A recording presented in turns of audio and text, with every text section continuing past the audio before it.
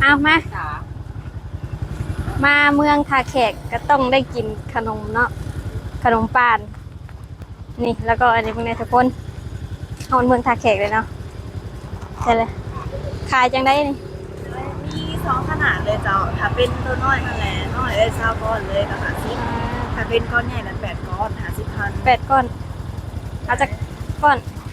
เอาสำหรับทีมก็พอละ เอา พอน้อยนะ ตัวนี้จะเป็นห่อใหญ่ประมาณนี้ เป็นห่อใหญ่ ห่อใหญ่จะได้ประมาณนี้เลย ก็สบายใจ ฮะ แต่มันมีก้อนน้อยแล้วก้อนน้อยประมาณนี้เลยนะคะแกชิม มีก้อนน้อยกับก้อนใหญ่ ห่ออาหารเดี๋ยวชิมเลย โอ้อันนี้เพิ่นเอาให้ซิมเลยเนาะ ดูชิมห่ออะไรวะเป็นยังให้ลองเลย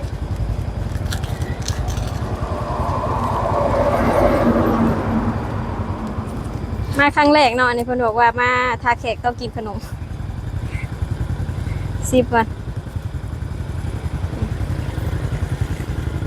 อืม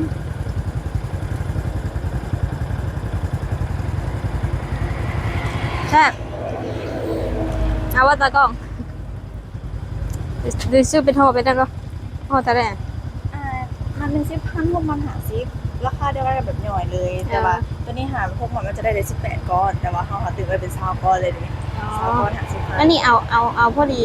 บ่ต้องเอาหลายไปไหน เอา นะ หน่อยก็ได้ เอาหน่ มา อย 10,000จะเอาไว้เอาไว้ดี เป็นย่อยมัด10,000เอา2นะ 2บาทเนาะ2เอานี่ของก็ได้จ้ะเขาตั้งโซ่ซื้อกันนะ อ๋อ